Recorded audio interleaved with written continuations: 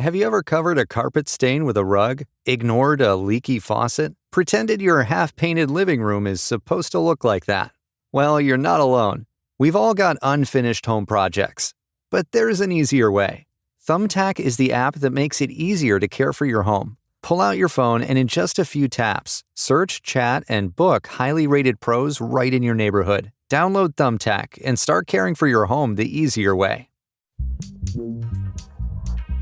Grumpy Old Geeks, a weekly talk show hosted by Brian Schulmeister and Jason DeFilippo, discussing the finer points of what went wrong on the internet and who's to blame.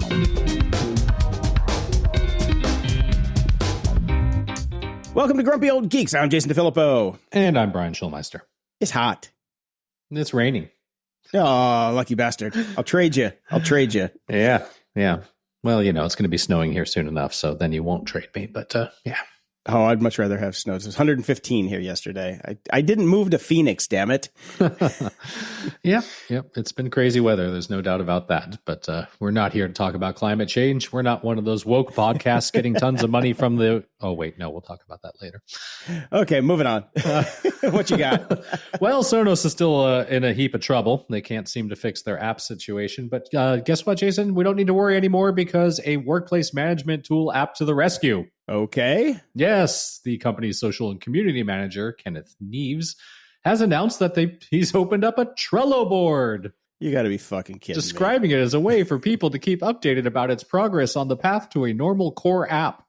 You mean the thing that they should have shipped with in the first place? Yeah, that thing. Okay. And this isn't exactly that novel of an idea either for the tech industry. Fortnite maintains a Trello board packed with information on bugs plaguing different aspects of the game. It's kind of a more transparent way of doing bug reporting, I suppose, or saying that you shit the bed and we can't get a decent app, so we'll try to keep you updated here right now. Yeah. Apparently right now this is a lone project within the company. It's only Keith himself who is maintaining the board. I didn't look at it, so I don't know if you can like register for it and like start chewing them out personally or not. It's read only. It's read only. Okay, there you go. So I'm sure using this excellent tool, which I actually do like. I like Trello. I love they'll Trello. have this fixed in no time. So I did look at it. And Keith Neves is a social and community manager. You know what he's not? An engineer. Right. So it reads like a social and community manager wrote it. Disbusticated. Fix it. We're working on it. Yeah, maybe someday. Cool, maybe. I don't know. It's useless. It's absolutely useless. As this morning I go to turn my Sonos on. The old days, I used to be able to walk up to any speaker in the house and press the play button, and it would play where I left off yesterday. Now it just flashes red every single time. So I have to open up the app, wait 30 seconds for it just to load. Then I play from Pandora most of the time. So Pandora takes another 45 seconds once you hit play. And then God forbid you have to change the fucking volume. Good God. They can't fix it soon enough.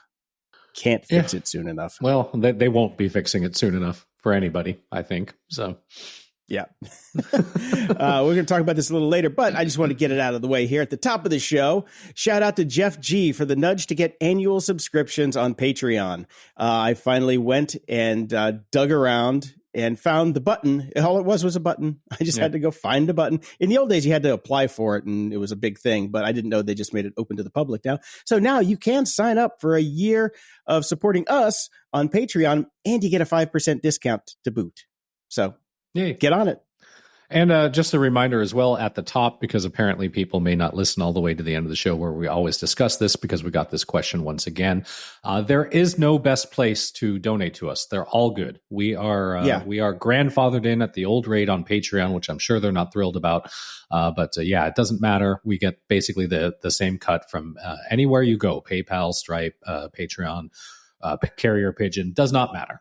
Yeah, cash on the side of the road is the only way that we don't have to give anybody a cut. So unless you got a suitcase of cash you want to give us, any of those work. It's all the exact same rate that we get hit for. So, and Patreon, you do get the extra goodies. So there you go. And I've got a class action alert, Jason. Whoop, whoop.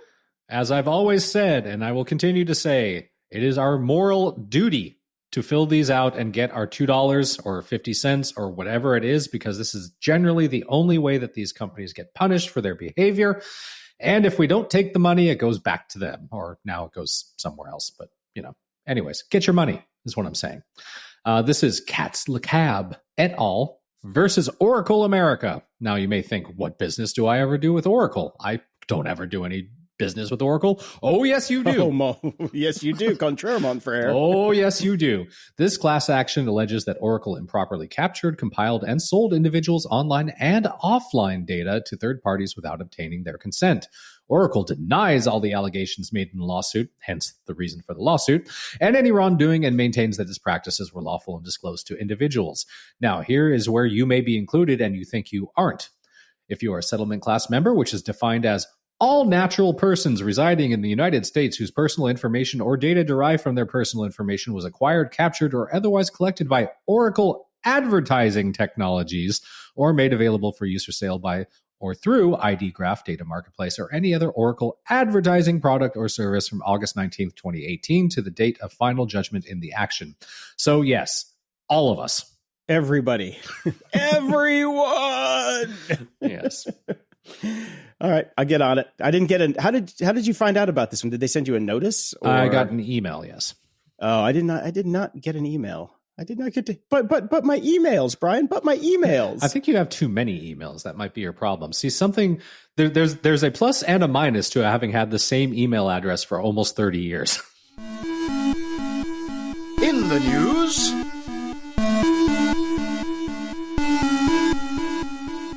the SEC is cracking down on companies misrepresenting their use of artificial intelligence, a practice known as AI washing. I've never heard of that, Brian. That's kind of a cool term. Even though it doesn't really tell you what they're doing. It's called AI bullshittery is what it should be called. Once again, I will state that the AI that I want does not do art or write. It would actually do my washing. Yes, yeah, that's the AI washing we want. This is the AI I would like. Yes, I would like my AI to load the fucking dishwasher, please, and unload it. That's the one that I need, the AI unloader. Anyway, yes, so these companies now are, this apparently isn't like the blockchain where somebody say, hey, we've got blockchain technology, and then somebody has a Bitcoin thing running in the background in the office. Right. No, these companies are saying that they actually use AI in their product, and they are misrepresenting themselves. Right. So there's a couple of them out there right now. Junco, who I've never heard of. Have you heard of Junco? I have not. Well, they're a recruiting platform that is now up against them for falsifying records and fraud as well. So there's some more stuff going on there too. Well, I've generally found, Jason, that if you find one bit of misrepresentation, there might be more. There might be more. Just kick over the rock, see what's under it. So they're going after companies hand over fist now because it's an easy target, I guess. Right. Well, yeah, because I mean, as we talked about just a few weeks ago, where the article was saying that basically saying that AI is involved with your product is actually a negative at this point for understandable reasons. But certainly everybody was just slapping an AI tag on their products recently. So, yeah, just like a blockchain before. And this has all happened before. This will all happen again. It's called false advertising, people. You can't do it. Yeah. Yep. So, and the thing about these companies that is a really easy target for the SEC is everybody that has AI in their company name and all these new startups and everything have so much money because everybody was just throwing buckets of money at them for quite a while. So it's just an easy target. So repatriate some of that cash. Right. Well, we got some news about the Texas law that was passed, the SCOPE Act, Securing Children Online Through Parental Empowerment, which imposed age verification requirements and other policies for how social media companies treat teenage users. Sounds sensible. Seemed to be a sensible law when it was passed. It being Texas, because it was sensible, it has now been ruled that you cannot do it. The federal judge has ruled that social media companies cannot be required to block certain types of content from teens. So they're not knocking it out completely, which is a good thing. The measure requires companies to prevent the known minors' exposure to harmful material, including content that glorifies self-harm and substance abuse. That's the part that was struck down, with the judge saying that the state cannot pick and choose which categories of protected speech it wishes to block teenagers from discussing online. The judge also criticized language, saying that glorifying and promoting are politically charged and undefined, which, okay, I see that. Maybe we should button that down a little bit more.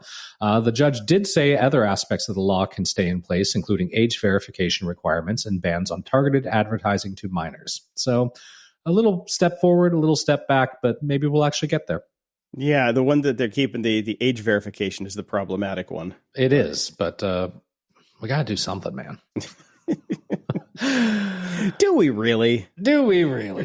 So X has been in the news with Brazil recently. First off, Elon went fucking batshit crazy when Brazil decided to ban them because Brazil asked them to basically, restrict a couple, like 4 or 5 accounts that were kind of being involved in nefarious deeds. Now it is Brazil. Everything's kind of nefarious. So who the fuck knows what's going on? Well, these are accounts that were involved in their January 6th, attempted coup of the government. So kind of important. Yeah, kind of important. But if I were in Brazil and I were a judge saying and asking X to do this, I would just look at our January 6th and the fact that Donald Trump is back on the platform. So what do you think Elon's going to do? Yeah. Nothing. So Elon did nothing. So Brazil then just went, fuck it. X is banned. So, okay. They're going to try to do that, which fair enough. And this caused Elon to, of course, have a tizzy fit. And because of that, he went, well, guess what we're going to do now then? My other companies are not going to comply with this ban. So Starlink will just run itself through a little VPN and let everybody in Brazil get to X anyways if you use Starlink. So, yeah. God, he's a dick. Do you see a problem with him having complete control and ownership of the internet access provider for that many people? Why, yes, I do, Jason. And in fact, there was an article that I just saw earlier today, but too late for me to get it into the show notes, that pointed out that exact point, that maybe Elon has access to too many off buttons. Yes, that would be in The Atlantic. I read that article, too. There you go. It was on Yes. Atlantic. Yes, I scanned through it a little bit. So, yeah, yes. I definitely agree with that point. And I think this is a little bit ridiculous. Yeah, a little bit more news about him in a second. But here's a little bit more Starlink news that was pretty funny. A bizarre Navy scandal has surfaced involving unauthorized Wi-Fi on a warship. In early 2023, senior enlisted crew members of the USS Manchester secretly installed a Starlink terminal on the ship to bypass internet restrictions. The Wi-Fi network, named Stinky, was used by about 15 chiefs, but not officers or most of the crew. Now, the network was hidden on the ship's deck. On the poop deck, one might add. That would be epic. If you look at the pictures of the article, they actually had to do some work to put this thing up there. It was kind of hidden. Mm-hmm. Then a bunch of questions kind of came up because everybody was seeing this Wi-Fi network on the ship. Yes. Yeah, they're like, why is it? I'd be like, is there a submarine following us? Yeah, seriously. Is the Russians underneath? Call Captain Ramius. So this chief went so far as to take notes out of the captain's request box where, they've got one of those, leave me a note boxes on the ship. So she would go through it at night and take out anything that had to do with the Wi-Fi. And it's insane. It's insane. The only way that they found this thing is that they pulled into port and they were having an authorized Starlink dish put on, and that person found the unauthorized Starlink dish and reported it and started the whole investigation. Now, obviously, this is a massive breach of protocol and safety and security and all of that sort of stuff. Why? Just to what? Get porn? Probably. Or to get instructions from Tim Pool's Twitter account. Oh, hang on. Yeah. Give me a second here. I'm not done yet. Because the chief Grisel Marrero was court-martialed and let go. They kicked her out of the service. The other people got disciplinary action. But it comes back to the Wi-Fi network named Stinky, which turns out is the actual default name of the networks when you install your Starlink system. Of course it is. Because Elon tweeted about it and said that we are naming our default network. It's either Starlink or Stinky because he wants people to change it. So he's like, nobody's going to leave their name Stinky. Well, guess what, Elon? I have proof that some people just might. They did end up changing the name after a little bit and then tried to change it to a printer that didn't exist. Oh, that's smart. Yeah, that except the printer didn't exist, so people couldn't connect to it. And they're like, "Why is this printer showing up as a Wi-Fi?" It's Wi-Fi a printer. hotspot? Printers are always offline. Yeah, that's true. That's true. So yeah, just don't be putting up Wi-Fi networks that you actually broadcast is the real trick. If you're going to do that, yeah. Oh, by the way, they also, when they pulled into port, they went and bought a bunch of Ethernet cables and Wi-Fi extension points so they could actually get signal across the whole ship. Oh God. So they doubled down when they got to a port. I'm imagining that the military is able to figure out what they were doing on that Wi-Fi network. Probably. Yeah, I mean, 15 people were brought up on charges, so I'm sure one of them talked. Yeah. Sounds like 14 of them talked, and one of them got the axe. Yeah.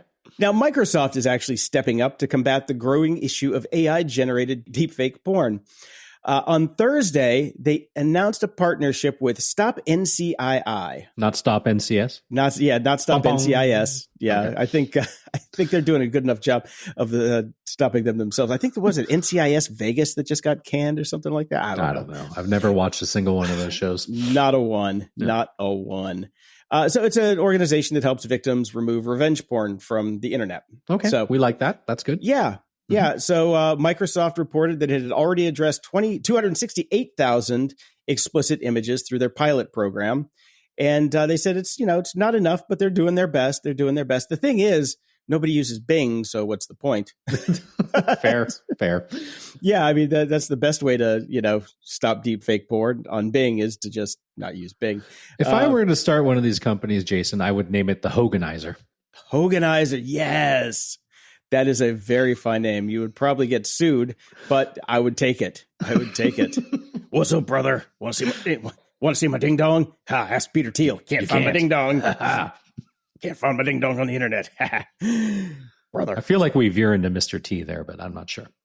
No, brother. I pity the fool that looks for my ding dong. I love it when a ding dong comes together. Papard with a cock out of his mouth instead of a cigar. I think we should get on AI and There's the logo. There you go. So I put a link to the Stop Non-Consensual Intimate Images site in the show notes if you want to check them out too. Okay. Yeah. Love it when a ding dong comes together. You're up, Brian. Next. Stop me. I'm having too much fun. Trying to figure out something for Murdoch and Starbuck right now. I'm working hard. I know. Anyways, Clearview is back in the news and in trouble again with the Dutch Data Protection Authority. They've been busy recently. We just talked about them last week. The DPA fining the company £30.5 million, or about $33.6 million, for violating the GDPR again. The release explains that Clearview created an illegal database with billions of photos of faces, including Dutch individuals, and has failed to properly inform people that it's using their data. In early 2023, Clearview's CEO claimed the company had 30 billion images. Clearview must immediately stop all violations or face up to $5.6 million in non-compliance penalties. So, yeah, basically, if there's a photo of you on the internet, and doesn't that apply to all of us, then you can end up in the database of Clearview and be tracked, which is a no-go with GDPR. So we are suing you. That is fair enough. That's only we had that kind of law. Yes. Yeah, I mean, that's Clearview's business model. We're going to take every image that we possibly can find, and then we're going to put it in our facial recognition system. Mm-hmm. Yeah. Mm-hmm. And I'm sure that I'm sure that they have an accountant that is specifically set up to, process these lawsuits, because that's all they're, they get funding just to handle the lawsuits. Because as we found out from Mr. Google the other day, that's how they do things in Silicon Valley. Let the lawyers figure it out later.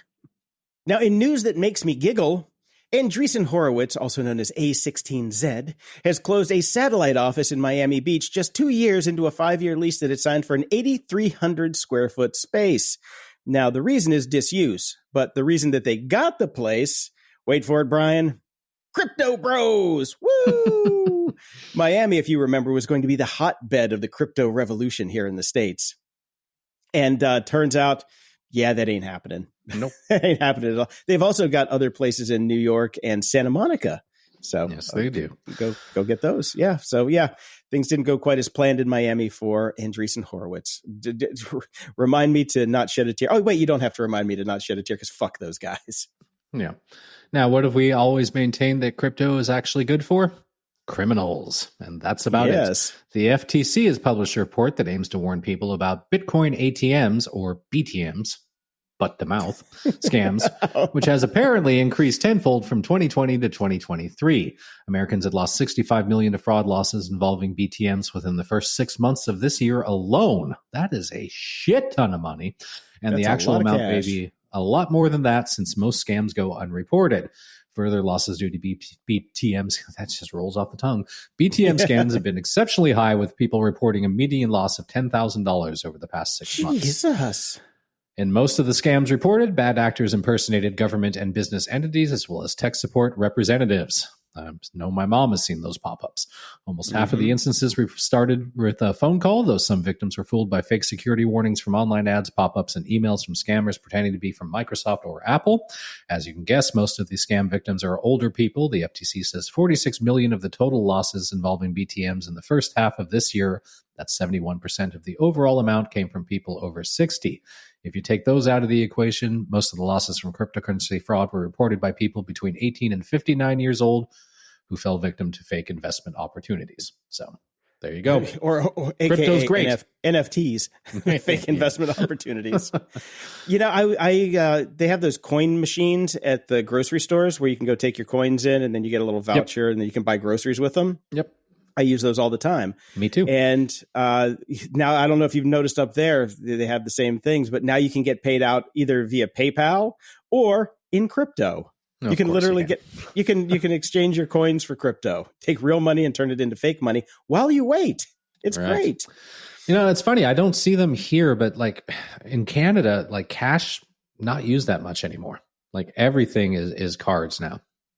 Right. Yeah. It's definitely not the same here still. No. It's still a cash economy for the most part. I mean, yeah, cards are getting better and better, but it's still cash everywhere I go. Cash is king. Yes, it is. Especially if you don't want to report your earnings to the government. Yeah, maybe that's what it's probably because, you know, we are in LA and nobody wants to report what they get because everybody lives on tips. We don't want to report our tips.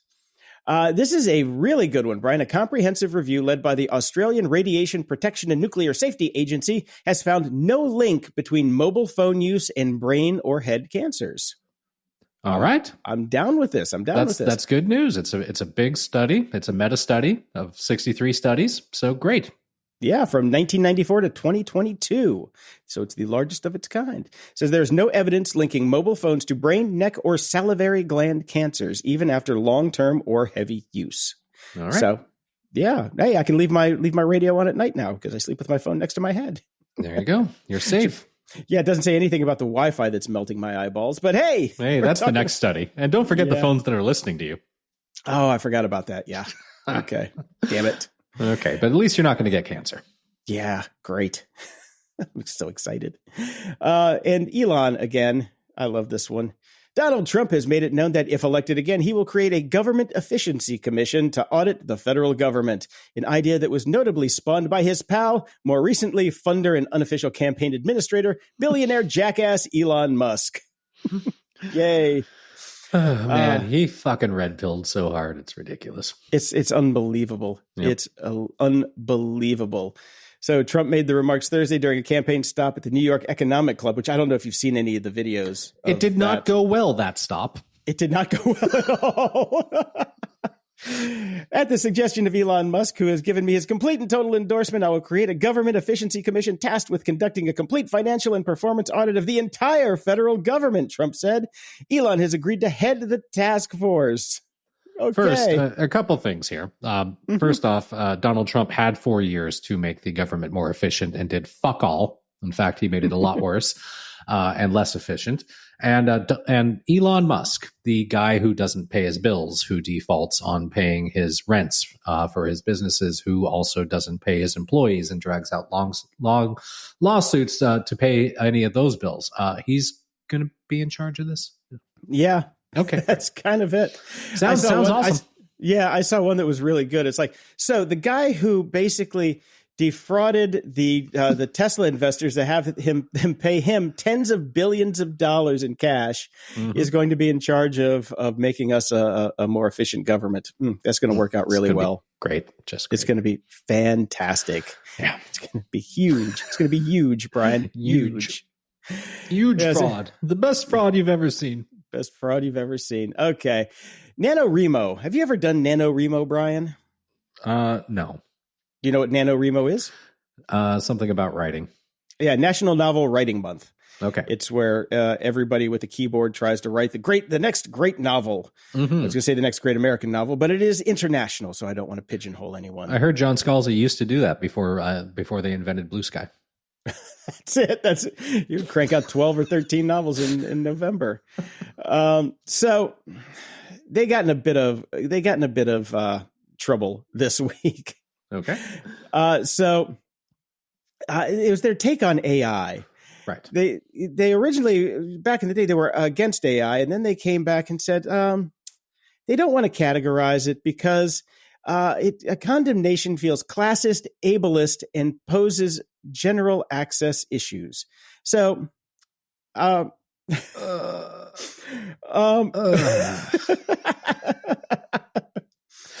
not all brains have the same abilities, and not all writers function at the same level of education or proficiency in the language in which they are writing. Some brains and ability levels require outside help or accommodation to achieve certain goals. Mm-hmm. We recognize that some members of our community stand staunchly against AI for themselves, and that's perfectly fine. Like as individuals, we have the freedom to make our own decisions. Now, this didn't go over well at all because I can't imagine why. Because some people who don't need general access issues for their brain pointed out that the AI has been trained on the stuff that we wrote and weren't paid on. So you're basically telling people that they can go steal our stuff to go write their stuff because they don't have the talent that we have to write the stuff that you tell them to go write. Is that kind of what you're trying to say? Yeah, kind of. That's about it. In a nutshell. I mean, I'm not saying that. I had OpenAI say that for me, but yes, that's what we're saying. Yes, many people have come out and said, "Never use my fucking name again with your organization." So, yeah, they backpedaled a bit, but it's still they didn't backpedal enough. Let's just say that. No, we are in such a strange position with AI right now because the fucking blowback is huge and understandable. It's just all lawsuits now about you're just taking our data for free and using it to make more money, and it's not, and now it's like, come on, a fucking creative writing organization. What I love about NaNoWriMo and this whole thing is that nobody's checking your work at the end. You just save the file and go about your day and maybe brag about it on Twitter. That's it. It's like, I finished my novel that nobody's ever going to read. Thanks. Who cares if you use AI? You can have your mouse run across your keyboard in search of cheese and it would be just fine. Nobody cares. That's true. So this is another tempest in a teapot. It's just like, who gives a fuck? While you write your novel that isn't going to go anywhere. So I don't care. I just thought it is such a circuitous argument that just makes me laugh. Mm.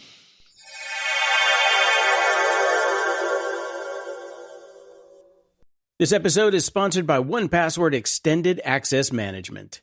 Imagine your company's security like the quad of a college campus. There are nice brick paths between the buildings. Those are the company-owned devices, IT-approved apps, and managed employee identities. And then there are the paths people actually use, the shortcuts worn through the grass that are the actual straightest line from point A to point B. These are unmanaged devices, shadow IT apps, and non-employee identities like contractors. Most security tools only work on those happy brick paths, but a lot of security problems take place on the shortcuts. 1Password Extended Access Management is the first security solution that brings all these unmanaged devices, apps, and identities under your control. It ensures that every user credential is strong and protected. Every device is known and healthy, and every app is visible. 1Password Extended Access Management solves the problems traditional IAM and MDM can't. It's security for the way we work today, and it's now generally available to companies with Okta and Microsoft Entra, and in beta for Google Workspace customers. Check it out at 1password.com/XAM. That's 1password.com/XAM. Today's episode is sponsored by Private Internet Access, America's #1 virtual private network, also known as a VPN. Even if you use incognito mode, your internet service provider is storing your browsing data and many times even selling it. But Private Internet Access, or PIA, can help. PIA encrypts and reroutes your internet traffic through one of its own servers, hiding your data from your internet service provider or network admin. And with servers in over 75 countries, you can get unrestricted access to geo-block content around the world. PIA comes with an easy-to-use app and browser extensions for all devices, a rock-solid privacy policy, open-source security, advanced customization settings, and it was just ranked the fastest VPN in the world by PC Mag. If you sign up with PIA right now, you can take advantage of a special deal only for GOG listeners. By using our link, gog.show/VPN, you can get complete digital privacy for less than $2 a month and 4 extra months for free, which means only $1.98 a month and up to 83% off. That's so much more inexpensive than virtually every other VPN on the market. And if you get it right now, you can take PIA's 30-day risk-free challenge. You can try it out for 30 days and see if you like it. If not, just return it for a full refund. So go to gog.show/VPN and try out the best VPN on the planet completely risk-free. That's gog.show/VPN.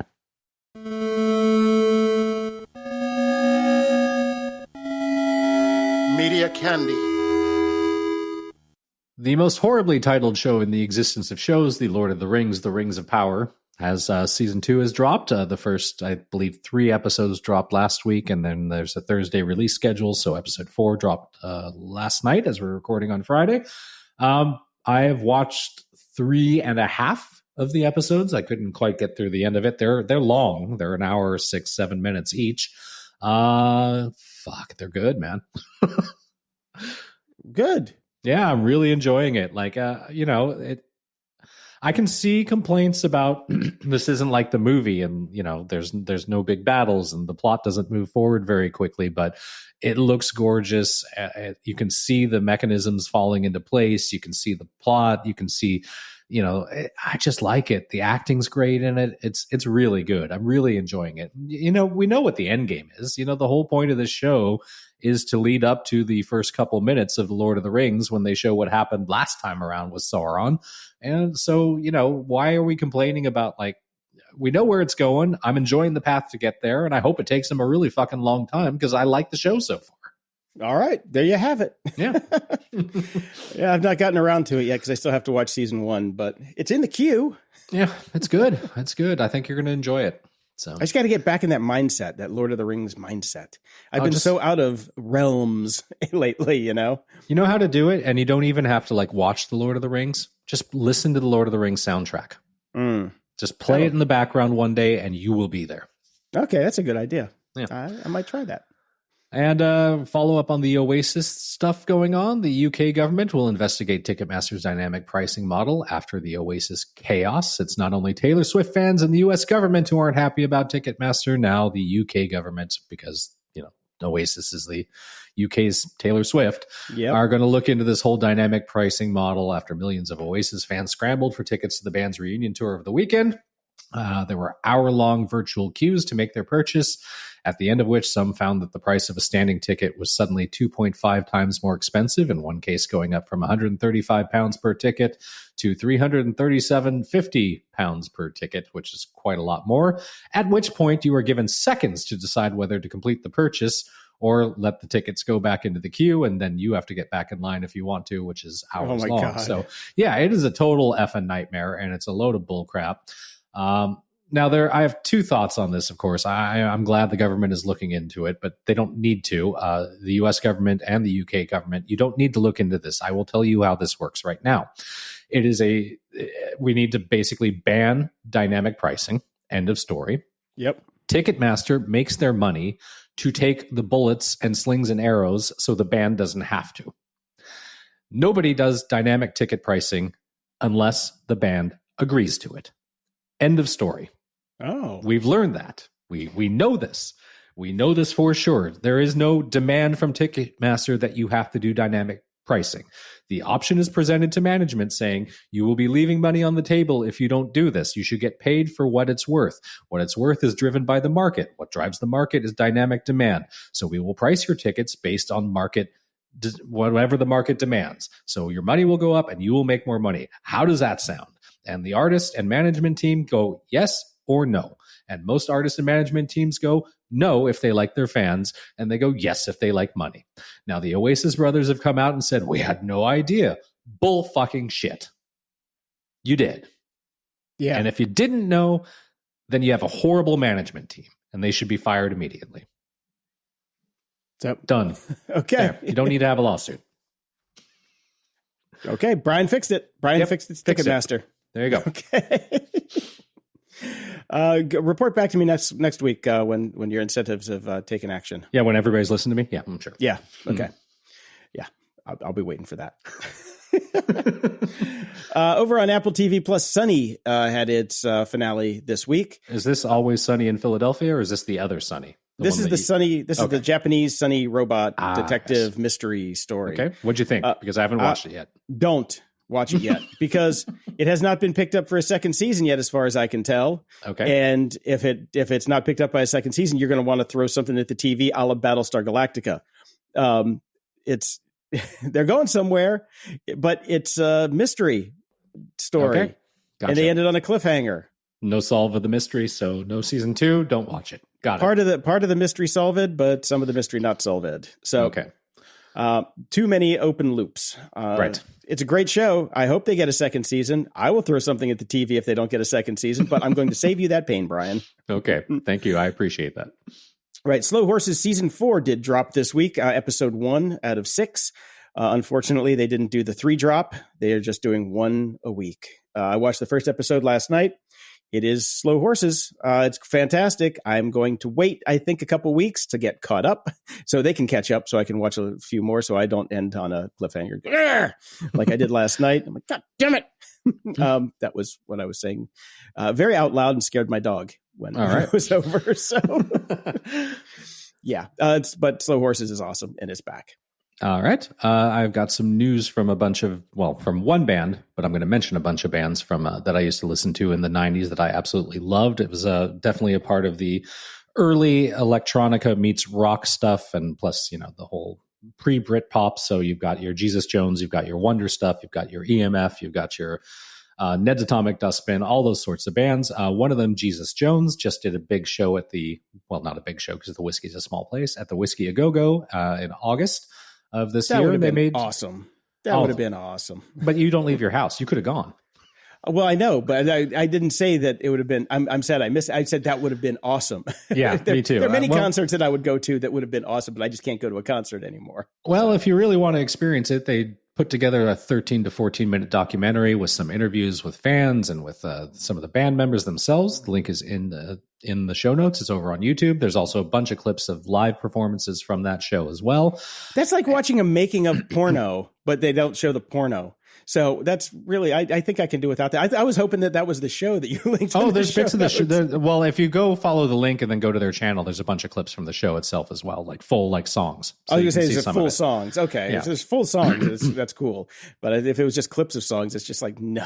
Yeah, and in more like I wish I lived in the UK news, Jesus Jones has announced a tour themselves, not using dynamic pricing. They are going on tour with EMF and also Echo Belly opening, which would be pretty fucking cool. Believe it or not, EMF and Jesus Jones have never toured live together before, even though they were like same time, same kind of sound. So now they'll be right here, right now. Damn, you look good. You remember it. I do love Jesus Jones. They were way ahead of their time, and I thought highly. They were just so much better than and deserved bigger things than they ever got. But wholeheartedly agree. Wholeheartedly agree. They have legs too. Yes. And in funny AI news, I did get a chuckle out of this. This is what AI was made for. Link is in the show notes. AI Sir David Attenborough narrates a Cybertruck. The Cybertruck's lamprey-like dependency on flatbed trailers. This is worth every second of the watch. I highly recommend it, and I'm not going to spoil it. I'm in. And I finally have a bit of podcast news, Jason. This is usually your bailiwick, but I found some things that both depressed me and horrified me. The first, of course, was brought to us by our friends on our Discord channel. The Tuah girl is starting a podcast called Talk Tuah. I responded to that with, that's it. We're stopping immediately, and I'm never doing another podcast. I give up. I give up. Talk Tuah will debut September 10th and see Haley Welch bring what a press release characterized as her vibrant female perspective to Better Media. Better Media, of course, owned by Jake Paul. Great. Oh, this is a perfect storm of fuck you. Yep. So I expect that to last about 5 episodes. At which point nobody will give a shit anymore. But then that was immediately followed up by another link I saw. Well, it's official. Everyone has a podcast. Well, I think we knew that from the previous story, but today the NSA launched No Such Podcast, and the No Such Thing as a Fish people immediately sued for the title. A nod to the entity's nickname, No Such Agency, back when its mere existence was classified. Now they do go out of their way to say, don't expect much, because it is the NSA, but we will tell stories that are highly declassified and share expertise and highlight government officials and basically be a puff PR piece for the NSA. Okay. And they're way behind the 8 ball here. CIA launched a podcast called The Langley Files years ago, which was actually a pretty good podcast. They did this with the Spy Museum in Washington, D.C.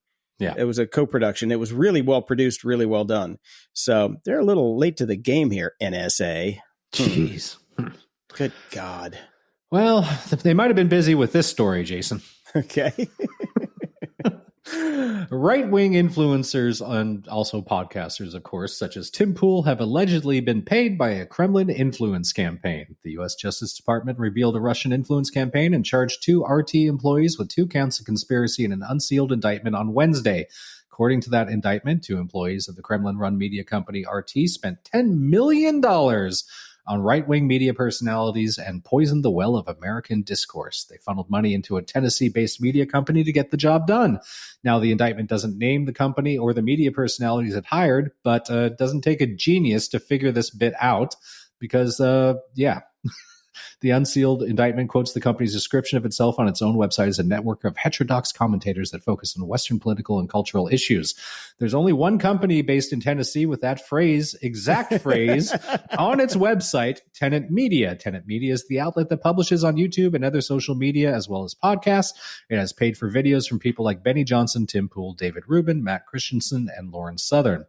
They were all making quite a bit of money churning out content for the site. And they even went looking for a person to be the face of the operation. For that right candidate, we're willing to pay around $1 to $2 million per year, they said, according to court reports. Fuck that, I'll do it too. That's a lot of cash for videos that would go on to routinely net under 10,000 views. The indictment made clear that all of these people didn't know they were being sponsored by the Russians. I wonder where they thought all that money was coming from then. Yeah. Don't ask, don't tell, comrade. Of course, they are all releasing statements in the past 24 hours claiming that they themselves were the victims. Sure. And since then, of course, people, most notably the one that I know out of all this is Tim Pool, because for whatever reason, thanks Elon, he pops up all the time in my algorithm, even though I don't give a fuck about him, don't follow him, and don't like anything. He has been vocal in opposing U.S. support for Ukraine. It's amazing how quickly he has backtracked on that in just the last 24 hours, saying under further reflection, he now fully supports Ukraine. Okay. These fuckers. Oh, God. Once the money dries up, they'll support anything. Oh, yeah, that seems to be the case. So we've just had a whole bunch of people here shilling for Russia and getting paid for it. Last I heard, that's actually called treason. Yeah, well. Yeah, we'll see about that. Reuters reached out to RT for comment on the indictment, and RT gave them a statement that can be read as both a flippant joke and a bizarre promise. 3 things are certain in life: death, taxes, and RT's interference in the U.S. elections. Oh, gotta give him credit for the balls. Yeah. Hey, you know, what the hell? What the hell? All their agents just got strung out to dry, so at least they got a sense of humor about it. Yeah, seriously. Mm-hmm. All right. Federal prosecutors have charged North Carolina man Michael Smith with defrauding streaming services to the tune of $10 million using AI-generated music. I wish we'd have done this. According to the New York Times, Smith allegedly created fake songs by non-existent bands and used bots to stream them, collecting royalties from platforms like Spotify and Apple Music. Now, here's the thing. Over 7 years, Smith reportedly set up thousands of fake accounts using software to play his AI-generated tracks on repeat, accumulating billions of streams. He quote unquote, I'm putting this in air quotes, he cleverly disguised his scheme by using quirky artist names like Callous Post and Calorie Screams. I don't know. Okay. Smith now faces charges of wire fraud and money laundering conspiracy with potential sentences of up to 20 years in prison per charge. Prosecutors say Smith earned up to $110,000 a month at the height of his scheme. This guy is the poster child for not knowing when to quit. To me, I'm trying to figure out what's the illegal part of this. Probably the bots to play the music. Setting up the music is not the problem. I don't know. You don't think so? Well, I mean, okay, it is, and here comes the air quotes, illegal, but do you think that they cared until now? It's like, it's the same thing with X. X is all bots, but, Elon can claim that's traffic. Now, this guy, I guarantee you, is going to get a job at one of the major labels. Well, if he ever gets out of jail. Yeah. Well, the major labels are the ones that actually probably filed the lawsuit. The feds didn't give a shit about this. It's $10 million. That's true. They don't care about $10 million. That money's not coming to us. That money's not coming to us. Exactly. It's going to him. It needs to come to us. Hire that guy. Yeah, man. They want that for themselves. They're like, how do we get that many billions of plays? We want billions of streams on our songs. Mm-hmm. Please tell us the secret, Michael Smith. Yes. Agent Smith. I feel like he did a good job of gaming the system. Well done, sir. Tip of the hat. Yeah. Can you do that with our podcast? Yes. Please? Except we don't get paid. We actually pay per stream, though. That's our problem. We actually have to pay for it. That's true. Yeah. Yeah. That's somebody on our Discord asked me that a while back. They're like, why don't you set up bots to inflate your numbers? So, you get all these plays. I'm like, well, because we have to pay for those plays, and you can't monetize those plays because advertisers know that they're fake plays when they give you X amount of dollars for X amount of downloads and only Z amount of people show up. Well, then you just get zero amount of money. Yeah, we need the bots to go buy the products. Yeah, exactly. And clicks don't count on that anymore. It is action based. Unlike streaming music, where it just doesn't give a fuck. You just get that 3,000th of a cent per play. Yes. And that's what it was, right? 3,000ths of a cent. I think I looked it up this week. Pretty sure, yeah. Like that. Yeah. One of the artists we managed got on a new Le Seraphim track, and it did like 11 million downloads or 11 million streams. I'm sorry, in the first 24 hours. We're like, oh, that's some serious. Oh wait, no, it's not very serious money at all. It's fucked up when 11 million plays get you like $3,000. That's insane. Yep. The old days. So poor Jack Black. He just can't catch a break. First, he came out with the Borderlands movie. He played the voice of the little robot guy, and apparently he did a good job with that. It was okay. The movie was terrible. It was god awful. So I didn't get to see that much of him. But now there's a Minecraft movie coming out, and he's in that, and it looks god awful as well. It sure does. Oh my God, it looks bad. It looks bad. Mm. I mean, I know it's for the kids, but come on, there's just nothing good about it. No, it looks horrible. Yeah. Speaking of horrid things, Disney has halted its Graveyard Book film adaptation after Neil Gaiman's sexual assault allegations. So, Graveyard Book is one of my, not one of my favorite books that he did. But so as long as they don't fuck with the season 3 of Good Omens and season 2 of The Sandman, okay. Well, that's Amazon. Disney. Exactly. It's Amazon and Netflix. Amazon doesn't care. They took the grand tour after Jeremy Clarkson punched somebody in the face. They don't give a fuck. That's right. And they kept Clarkson's farm while he was a Nazi or whatever the fuck he did. I don't know what he did the second time around. So, yep. So they'll take Neil Gaiman. They don't care. Yeah. Yeah. I mean, he's not as bad as, what's his name from House of Cards? Kevin Spacey. Jeez. So these are just allegations. He hasn't gone to court yet. So the shows can still go on. Yeah. They can go on Netflix or Amazon. It's just not Disney. Disney has standards. Yeah. Disney does have standards.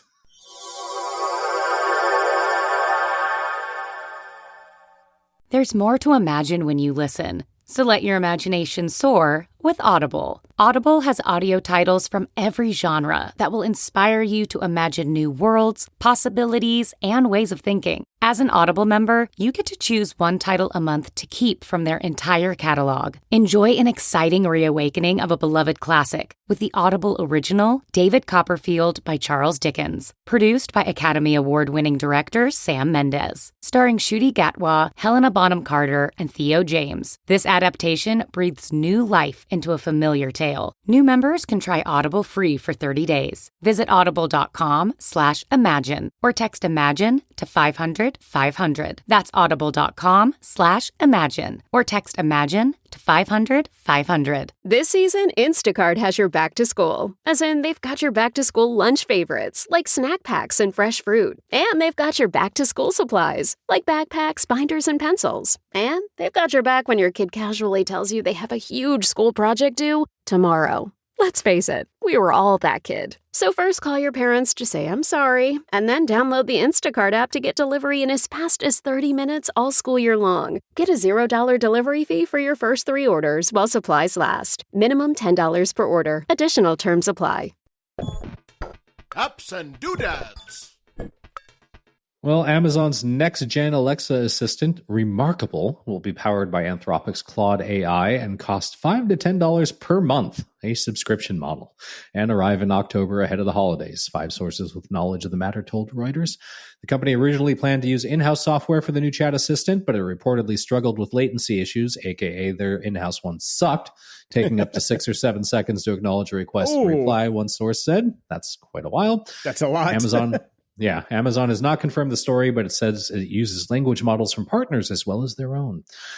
Since last year, reports indicated Amazon was planning to supercharge Alexa with generative AI features, which is exactly what I don't want from my Alexa. I would like it to work well doing the few things that I want it to do, like set timers and play music.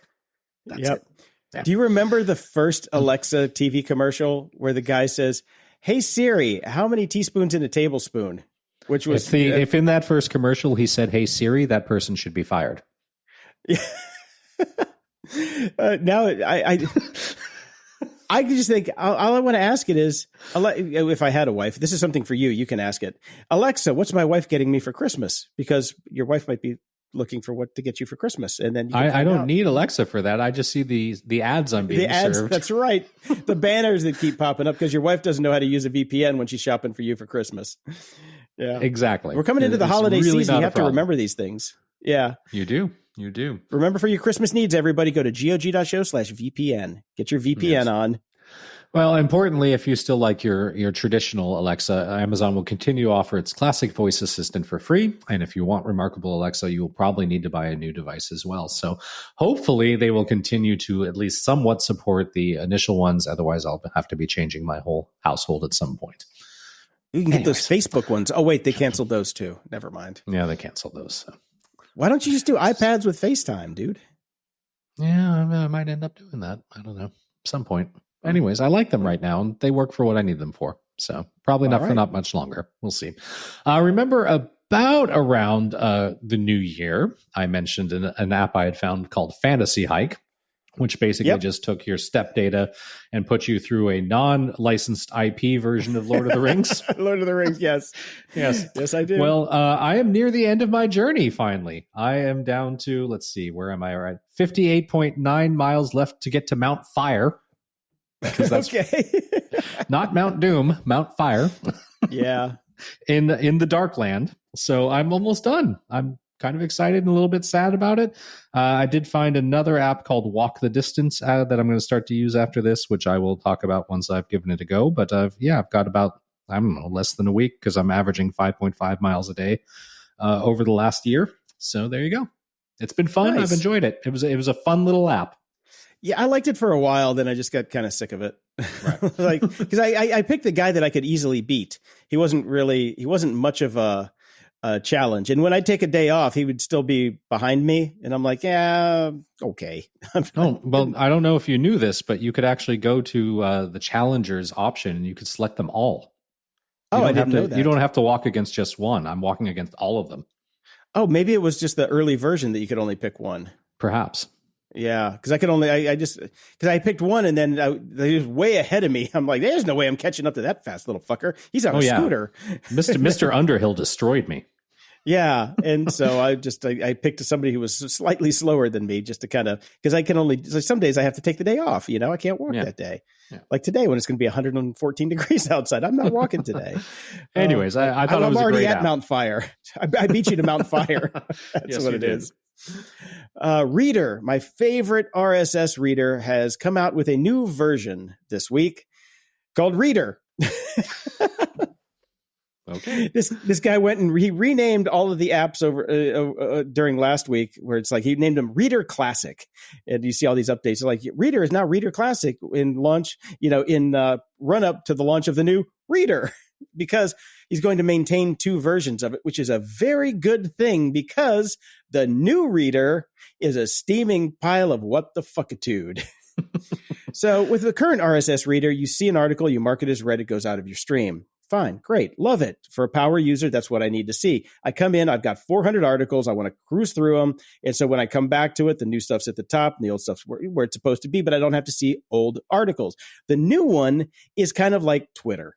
You just have a stream. It will remember your position in the stream, but it doesn't show you what you've seen already and all this stuff. So you waste a fucking metric shit ton of time trying to figure out. So I go down a couple hundred articles, so I got a couple hundred to go, but then new stuff comes up, but I don't know where the new stuff is based on where I'm at in the list. And if I scroll up to the new stuff, I lose my place to where I was, and then I can't find out where the old stuff. It's so dumb. 5 minutes, I could have told this guy this is the dumbest fucking idea I've ever seen in my life. But unfortunately, he shipped it. So it's out there. This is an Overcast hold my beer moment. This is a total Overcast moment. But he's going to keep maintaining Reader Classic. I have them both side by side on my desktop just to see if I'm wrong. I'm not. I'm absolutely not wrong in this. It's absolutely garbage for power users. I mean, regular Joe Schmo, news amateurs might be okay with it. It's like, oh, let me pop in and see what's in the feed. No, I need to know everything that goes on. I'm a completionist. I need to know. I have to know. So for me, it's not any good. But and you can plug in quote unquote social feeds, but only like Mastodon right now. And I'm like, okay. And there's an option for Flickr. Like, okay, this is what, 1999. I don't get it, but I don't know. It is what it is. So use at your own discretion, Brian. I will not. Okay, perfect. Yeah, perfect. I don't use Reader. I just I find things organically, as the kids would say. I don't have that much time for organics anymore. I want the fast food version of my news, please. I want the Mickey D's. All right. I use iStats menus a lot on my computer, on my Macs. I recommend everybody use it because it gives you great introspection into what your computer's doing. Do you use iStat menus? That I do, yes. Yes, it's a must-have. They're on version 7 now, which just came out. It's a $10 upgrade if you already own 6, and it's $11.99 if you're buying it from scratch. Mm-hmm. The thing about it is, it comes with SetApp, which is my favorite. Yep. My favorite multi-app. So you can either go get iStat Menus 7, or you can just go get SetApp, which I highly recommend, because SetApp is $9.99 a month for everything that you can get, including what I love, which is my Spark for email, Spark Desktop for email, and a whole bunch of other stuff. So iStat Menu 7 is gorgeous, I got to say. They always do a really nice visual update. It's always been pretty. I got to give them that. It has never been an ugly app.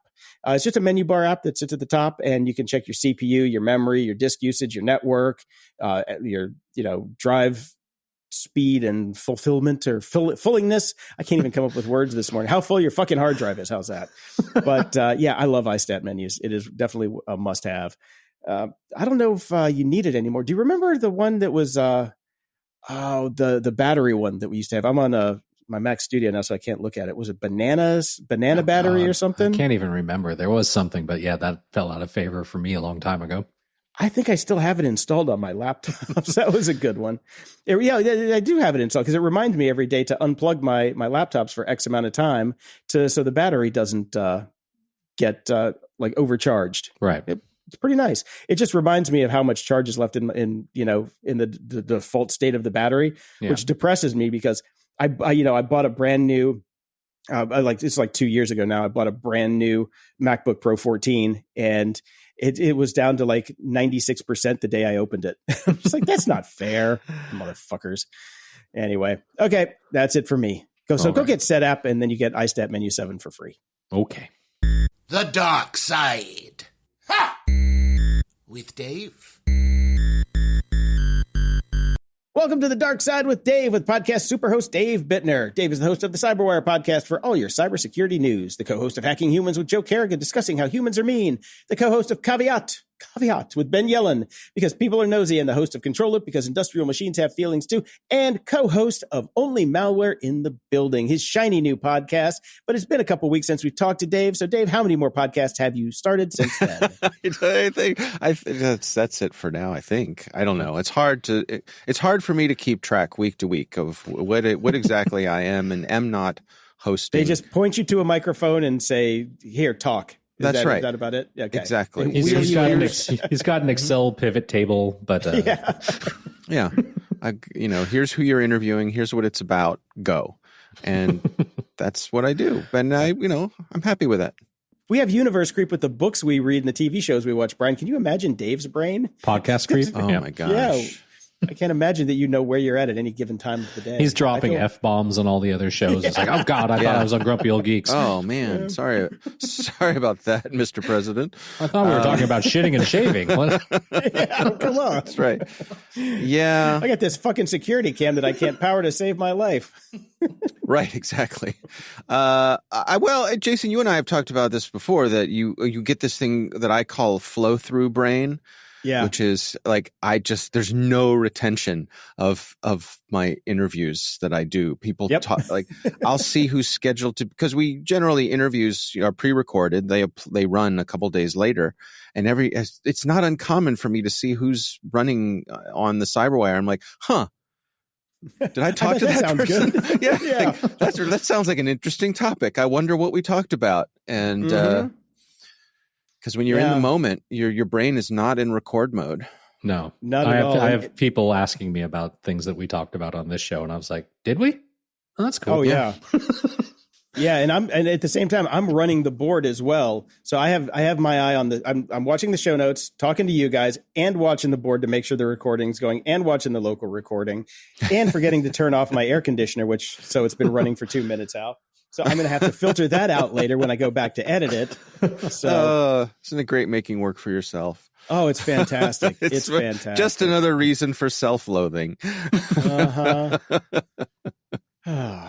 So it's been a couple weeks. So before we jump in here, Brian, how was Disneyland? Well, it was amazing, as Disneyland can only be. California has been in a massive heat wave for like over a month now, so it was hot. But they do a good job of keeping everything cool. Like, lines are kept indoors, or there's fans everywhere, and so it was never too bad. Now, we had bought a 3-day pass, park hopper passes. Right. So we went initially, basically a couple days after we first got in early August. That was probably the hottest day that we were actually there, and we went with some friends and some. Lucas has a friend that he went to daycare with, or early on. They've been friends. Those two kids have been friends since they were like 3 years old. So it's really cute, and they get along well. So we had a great time with them, and did both parks, but it was kind of busy, and it was really hot because summer was still in full swing. By the time we went again, the LA school districts were back in school, and it was my son's birthday was August 22nd, and Disneyland, which always kind of does something for Halloween and for fall and all that sort of stuff, really leaned into it this year and decided to start very early. So they started doing Halloween decorations on the 23rd. So we used our last 2 days of the park hoppers on the 23rd and 24th, because we are all big fans of Halloween, and particularly my son. He loves Halloween. It's his favorite holiday. So we got to see all the decorations and the different things that they did for the Halloween holiday, which was absolutely amazing. Both parks were done very, very well. We had a really good time. I mean, they just roll out the decorations and the treats. my son even was like into the idea of finding the characters and meeting them, and he got an autograph book and started to get things signed by different characters, and it was just we had a wonderful time. It was absolutely wonderful. So what's it been like for you, like seeing it all kind of fresh again through his eyes? That's always fun. It's changed so much though, Dave. That's like when I think about Disneyland, California Adventure didn't exist. It was never as crowded as it is now. And it's so much more than it ever used to be. There's still little pockets of the original like Disney that I remember well and all of that sort of thing. So I get some nostalgia, but it's just so different. But I am thrilled, like, not even just my son, like my wife didn't care. She didn't grow up with this shit. They never went to Disneyland. She's become a total Disney mom now. She's like obsessed with it. Like, she's like, I got to buy the ears and we got to make sure we go get this snack. And I want to go on Mr. Toad and Small World. And like, she's so into it now. So it's fun watching us become a Disney family, as it were. So that's a real blast. It's gotten to the point where like, we're even like, okay, so what should we do?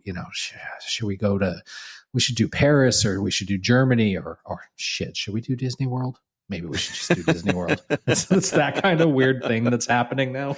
Right.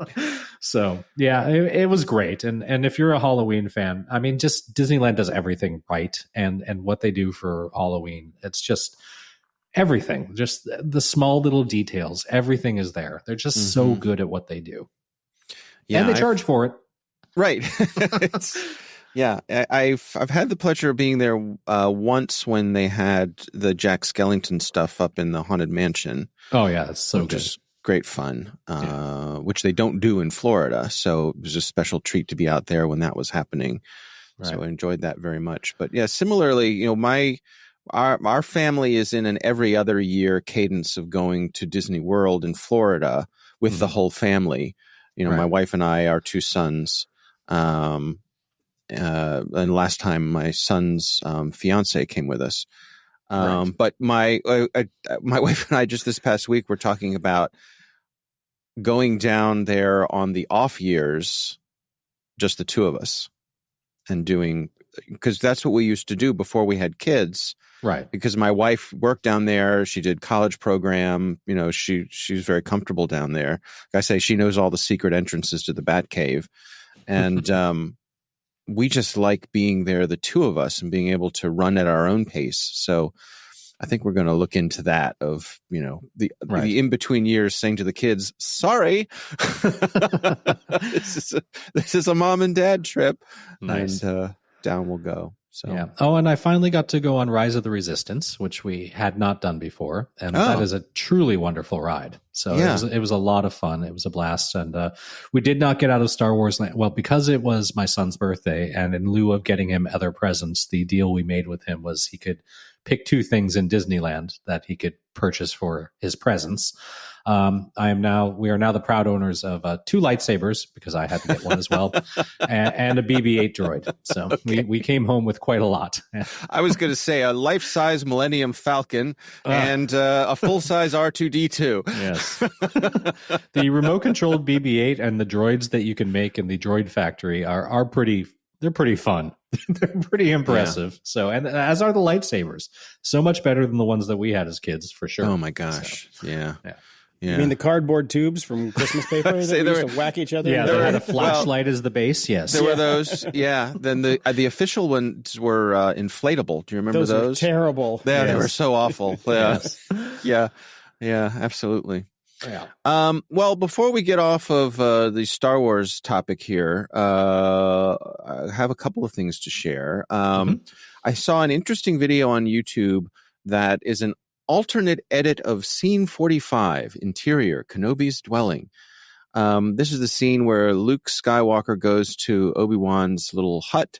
And what's interesting about the scene, this is the scene where Princess Leia gets projected on the hologram and says, help me, Obi-Wan, you're my only hope.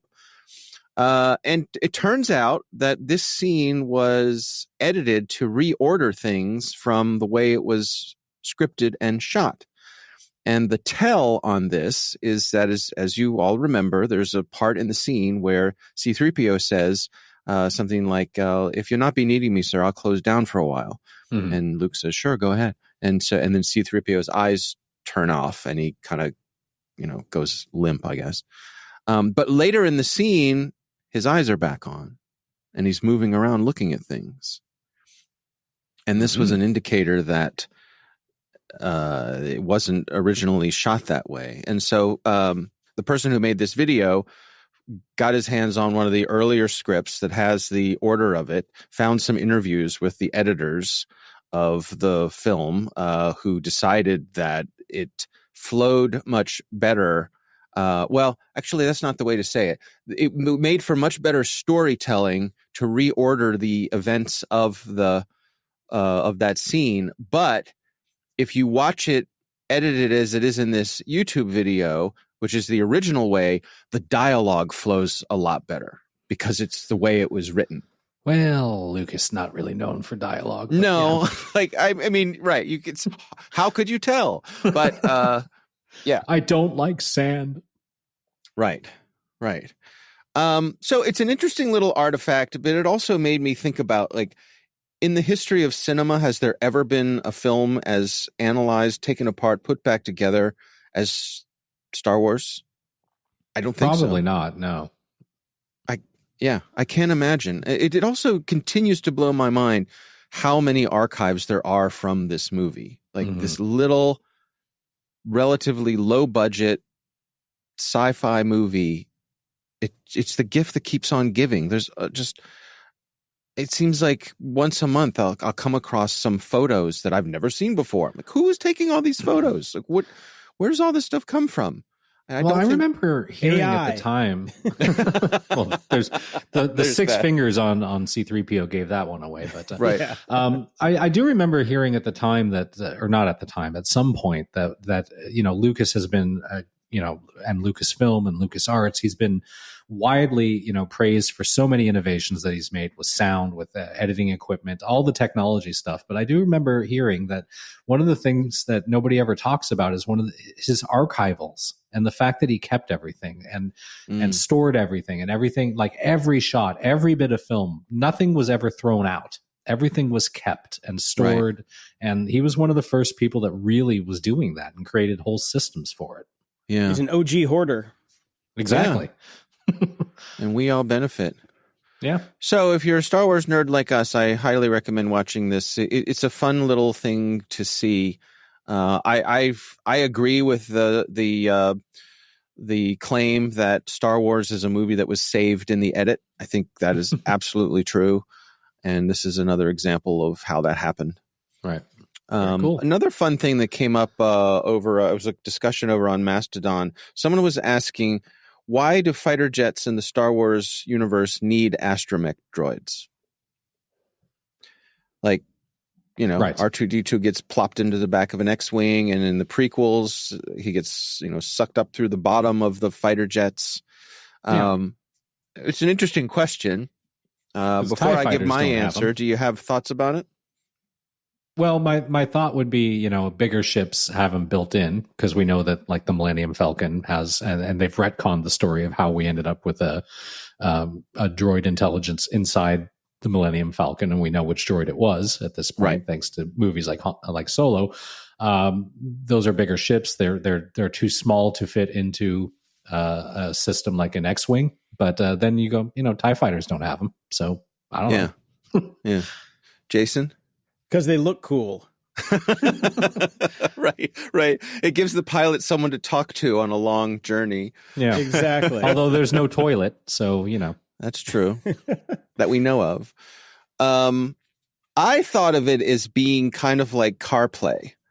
Like it's the Star Wars universe's version of CarPlay. Like, will the X-Wing fly without the astromech droid? Yeah, probably. Sure. But if you're going on who's going to play trip, the tunes? Well, yeah. I'm thinking chances are your astromech droid knows all about you. It knows the music you like. It knows how you like to fly. It knows, so why not? Just like Waze, it takes me down the international way that doesn't have a stoplight, so I have to make it across 7 lanes of Star Destroyer traffic. Exactly. Yeah. Exactly. So I think there's a case to be made that astromech droids are just the Star Wars universe's version of CarPlay or Android Auto. Take your pick. Fair. I like that. Yeah. I put another video in here that I thought was interesting. This is titled "Why Lego is So Expensive." It's from the folks at Business Insider. And it turns out Lego has stayed consistently premium, expensive. I guess, throughout its history. The TLDR is that Lego is expensive because it is extraordinarily high quality for what it is, and it costs a lot to make, but also it's in high demand. This video also goes into the whole adult audience for Lego, that we have all of these sets now that are targeted for grown-ups rather than kids. Yes, I don't think the Jaws set was meant for my 7-year-old son. No. Or these 5,000-piece Millennium Falcons or any of these. The TLDR actually is Lego is so expensive because they can get it. Yeah, because they can charge that much. It's like dynamic pricing for Ticketmaster. People pay it. Yes. Yep. I just paid a crap ton of money for the, about the Disney.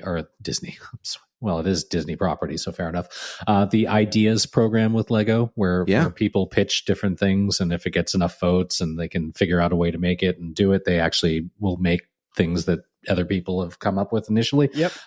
Well, they've just released, as of 3 days ago, the Nightmare Before Christmas set that came through Ideas, which they've never had one before. And I just spent an exorbitant amount of money ordering this thing. Yeah, we talked about. Speaking of not remembering what we talked about on the show, we did talk about that. But now I've actually ordered it. So yeah, so you bought that. Yeah. Okay, you got that instead of the Black Millennium Falcon. Yep. If he still wants that, he will get that for Christmas. But this is Well, this one. I thought you were going to say he can get a job. Yeah, well, that too. At these fucking prices, there's no doubt about it. Man, my youngest son Jack just got a job this week. He got his first jobby job. All right, he's working Radio at Shack. Five Guys. He's working at Five Guys. Good burgers. Yeah. So, and this was prompted by two things. He got a car, so he got his mom's old car. So he's cruising around in style in a 10-year-old Subaru. But he also got a girlfriend, and he said, "Dad, girlfriends are expensive." Gas son. Gas and ass, they're going to cost you. He's like, "I spent $40 just driving her around and like, buying her flowers and going places." And I was like, "Yeah." So welcome to life, kid. Got himself a job. We don't work for fun. No. That reminds me of the birds and the bees conversation that I had with my dad. Yeah. It boiled down to, son, I know you know how to do the other thing. No diseases. Let's just keep it at that. No diseases. And that was it. No diseases was my dad's birds and the bees talk. Wow. Well, yeah. He was a man of few words. Yeah, he definitely is. He keeps it to the point. It's an approach. Speaking of diseases, see what I did there? Mm-hmm. I have spoken on this show about my affinity for high quality back scratchers. Mm-hmm. And here's why. I have on my back, I have an itchy spot that won't stop itching. And I thought, this started probably about 2 years ago, and I thought this was just a funny thing of mine. I have something in my skin, like there's something that's firing, and I don't know what it is, and it's annoying, and I'm getting older, and blah, blah, blah, blah, blah.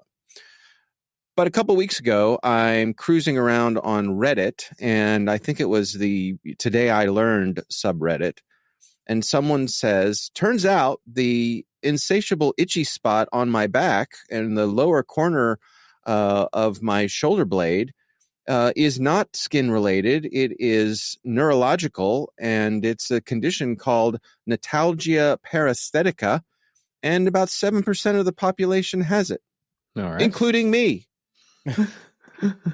Special. You're special. Yeah. Now, so I mention it here in case there's any of our listeners who are also wondering why the itchy spot in the inside of their shoulder blades won't go away. Turns out it's a nervous thing. There's a nerve that runs through something and it gets squeezed and it itches.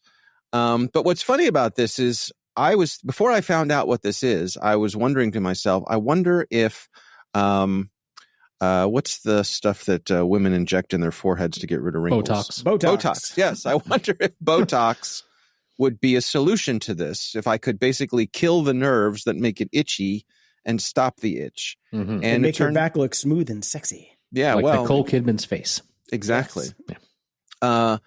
And it turns out that is one of the treatments for this. Different thing. So I'll be looking into that. Well, look at you, Dr. Dave. Well, but isn't it immensely satisfying when you finally get an answer to something?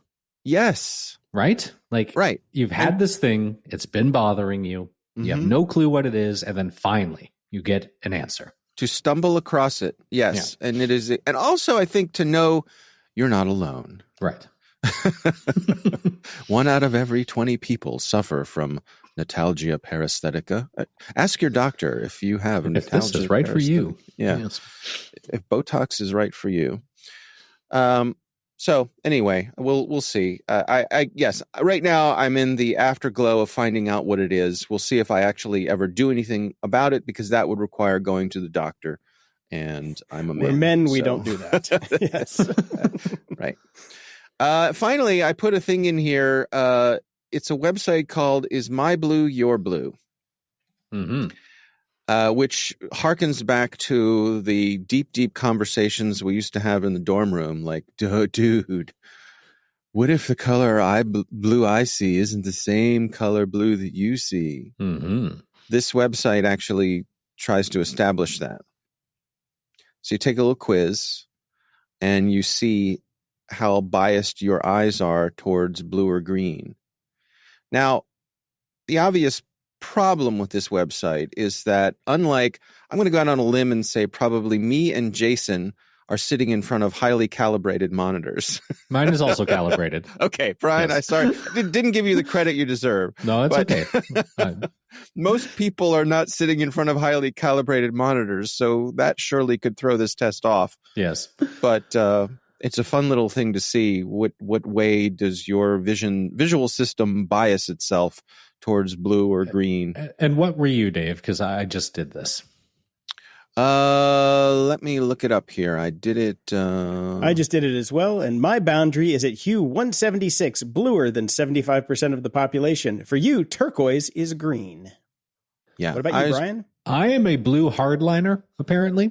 My boundary is hue 181, bluer than 87% of the population. Okay. I like my blue, and I'm very staunch about it. And if it's not really blue, then fuck you, it's turquoise. My boundary is at hue 176, bluer than 69%, nice, of the population. Wait a second. You just said your boundary is at hue 176? Yes. Okay, that's mine too. Go ahead and continue what you just said. Different bluer percentage. than 69% of the population.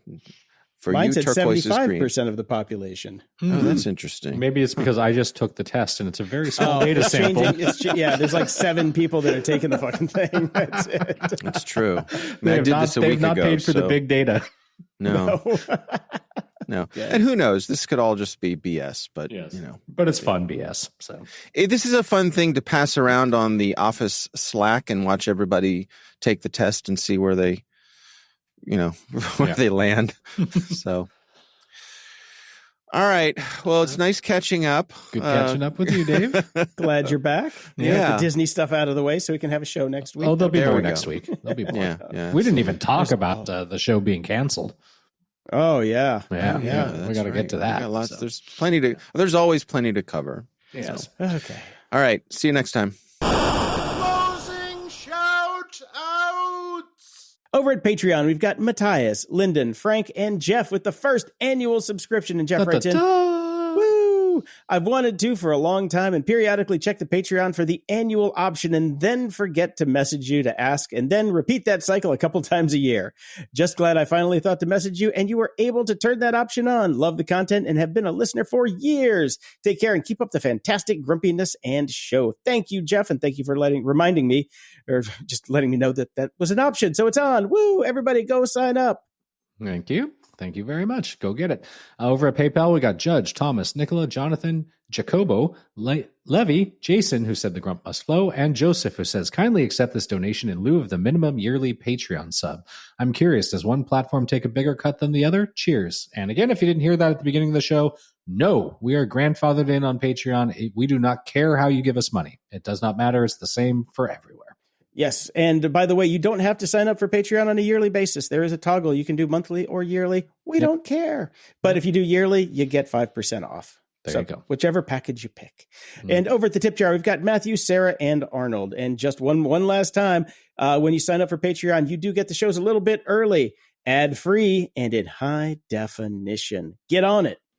All right. We got some reviews this week. The first one came in through Overcast randomly. I didn't even know you could do that.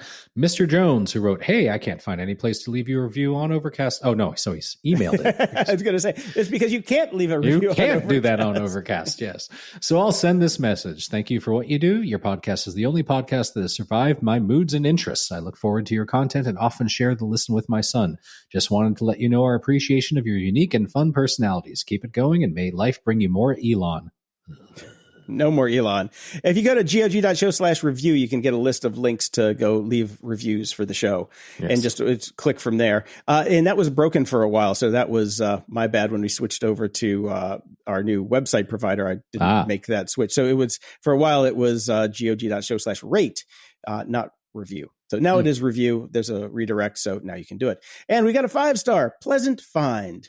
Coincidentally, Apple Podcasts made me aware of this great show. And this is from Poncheesies over on Apple Podcasts. So thank you, Poncheesies. All right. And I would just like to do another plug for my little t-shirt shop, Sober Outfitters, which is sponsored approved apparel. So if you're in recovery and you do go to meetings, these are meeting approved shirts that probably only the people in the meeting will get. So you'll bring a light to their eye and a chuckle to their belly. My sponsor's been wearing his to some of our meetings, and they are a hit. They are a hit. It's a hit. Buy some. It's a hit. So go buy some, please. Papa needs buy some rent. of Jason's stuff. Yes. Then he can get to work on our stuff. So exactly. Buy our stuff and his stuff. Exactly. I want to give a shout out to a friend of the show, listener of the show, and old time friend of mine, one of my longest friends. We used to hang out together back in those early teenage Disney days that I talk about on the show all the time. Ross, who I reached out to and talked to, and I guess he even donates to the show. Who knew? I haven't talked to him in quite some while. He went through some of the same things I went through in terms of colon cancer. He seems to be doing well, and best of health to you, and glad you made it through as well. So good on you, Ross. And a little bit of retirement news. Happy retirement to one of the best that's ever played. 2-time World Cup winner Alex Morgan has announced her retirement. It'll be sad not to watch her play anymore. So one of the best ever. Until next time, I'm Brian Schulmeister. And I'm Jason DeFilippo. Thanks for tuning in to Grumpy Old Geeks. Dive into the show notes and all the links from today's episode at gog.show/664. Feeling generous? Keep this top-notch entertainment rolling by dropping us a few bucks at gog.show/donate. Every bit helps. We mean it. It really, really does. And spread the grumpiness. There's a share button in every podcast player out there, even Overcast, it turns out. Use it to share the show with friends, foes, and everyone in between, and we'll be forever grateful. Head over to gog.show to find the link to our Discord channel and chat with us and other show fans. Got something to say? Send your feedback, comments, or awesome links to gog.show/contact. And show us some love. Leave a review at gog.show/review. A 5-star rating will just get your review read on the air. It definitely will. We promise. Stay grumpy. Today, I've got a treat for all you Apple users out there. It's the Mac Geek Gab podcast. Now in its 17th year, this show is your go-to source for tips, cool stuff found, and answers to all your Apple-related questions. Every week, hosts Dave Hamilton and John F. Braun dive into the world of Apple, offering tech support to listeners just like you. And the best part? They make sure every answer comes with actionable tips that are easy to follow. For example, Did you know that if you press and hold the mute button during a call on your iPhone, it'll actually put that call on hold? Or that you can easily bulk rename files in the Mac's Finder by highlighting multiple items and choosing File Rename? These are just a couple of the many nuggets of wisdom you'll pick up from Mac Geek Gab. If you use an iPhone, a Mac, an iPad, an Apple Watch, an Apple TV, or are simply a technology enthusiast, you're going to love learning more about your technology with your two new favorite geeks over at Mac Geek Gab. Get your questions answered and have some fun along the way. Visit MacGeekGab.com or search for Mac Geek Gab on Apple Podcasts, YouTube, Spotify, or wherever you get your podcasts. Don't get caught without having Mac Geek Gab in your rotation.